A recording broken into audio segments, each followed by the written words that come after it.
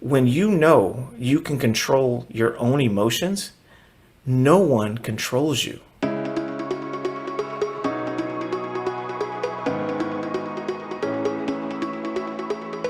You know, there's an African proverb that says, if I can defeat the enemy within, nothing can harm me. What thoughts are coming about when you're applying for jobs and you're afraid you're not going to make rent or pay your mortgage? With so many looking for work, feeling judged based off the sheet of paper, you got to know that there's a reason you're still in the space you're at.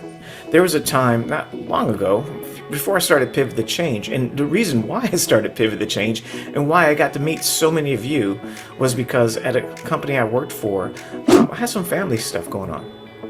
It was heart-wrenching. The company I worked for at the time was like very unempathetic. Let's just say that job was over. I didn't know what to do. So I drove up to a gym. It was brand new. It was an open house, and they were giving tours and stuff. And they had heavy bags there. And I literally said to the person giving me the tour, hey, I used to be a kickboxing coach at a huge business, very successful, working with celebrities and yada, yada, yada. This person only heard that I was a kickboxing coach and said, hey, would you like to teach for us? I'm like, dude, that was 20 years ago. I am not going to teach a class. I used cassette tapes when I was teaching. He begged me so much that finally I said, you know what, it might be fun. I can try one class. Maybe I can teach people basic form. How's that? And we'll go from there. While I was teaching class, one of the ladies that was in my class said, hey, would you mind speaking to my daughter and showing her some moves, maybe do some privates? So I ended up training this 16-year-old girl.